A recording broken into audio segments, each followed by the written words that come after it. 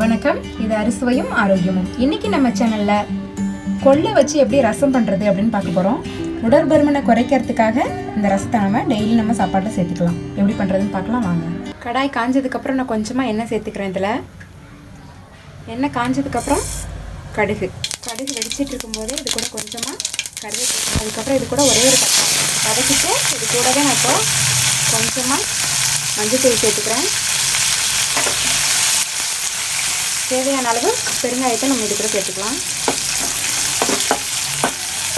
இப்போ இது ஒரு நிமிஷத்துக்கு நல்லா வதக்கிடலாம். வதக்கிட்டு இது கூட நம்ம புளி கரைச்ச தண்ணி ஒரு பாதி எலுமிச்சம்பழம் அளவுக்கு நான் புளி எடுத்து கரைச்சி வச்சுருக்கேன் தண்ணியை. அதையும் நம்ம இது கூட சேர்த்து நல்லா கொதிக்க வச்சுக்கலாம் உப்பு போட்டு.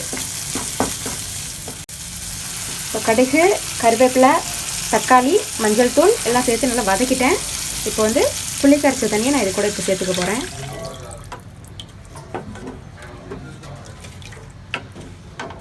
இப்போ இதுக்கு தேவையான அளவு உப்பையும் நம்ம இதில் சேர்த்துக்கலாம்.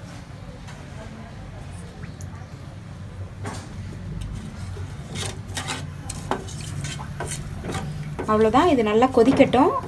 கொதிச்சதுக்கப்புறம் நம்ம அடுத்த ப்ராசஸ் என்ன அப்படின்னு பார்க்கலாம்.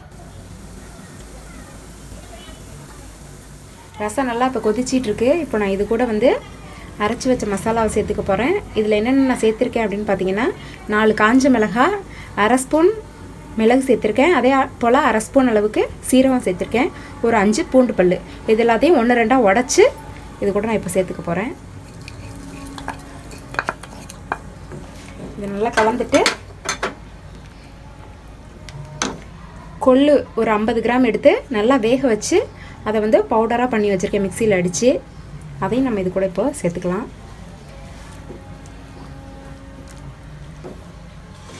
கொள்ளு நம்ம இப்போ இது கூட சேர்த்து நல்லா கலந்தாச்சு. இது இன்னொரு 2 நிமிஷத்துக்கு நல்லா கொதிக்கட்டும்.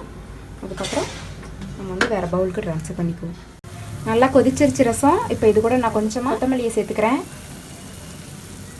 அவ்வளோதான். ஸ்டவ் ஆஃப் பண்ணிவிட்டு நம்ம உடனே வேறு பவுலுக்கு சேஞ்ச் பண்ணிக்கலாம். ஏன்னா நம்ம புளி சேர்த்துருக்கோம். இது அலுமினிய பாத்திரம். ரொம்ப நேரம் நம்ம புளி சேர்த்த சாப்பாடை அலுமினிய பாத்திரத்தில் வைக்கக்கூடாது. அது உடம்புக்கு நல்லதில்லை. ஸோ நம்ம இமீடியட்டாக வேறு பாத்திரத்துக்கு நம்ம இதை சேஞ்ச் பண்ணிக்குவோம். அவ்வளோதான். நம்மளோட சூப்பரான கொள்ளு ரசம் ரொம்ப சூப்பராக ரெடியாக இருக்குது. நீங்களும் இதை கண்டிப்பாக டெய்லி ட்ரை பண்ணி பாருங்கள். வெயிட் லாஸ் பண்ணணும் அப்படின்னு நினைக்கிறவங்க தாராளமாக டெய்லி இதை அவங்களோட சாப்பாடில் சேர்த்துக்கலாம். இந்த வீடியோ உங்களுக்கு பிடிச்சிருந்ததுன்னா மறக்காமல் எங்களோட சேனலை சப்ஸ்கிரைப் பண்ணுங்கள்.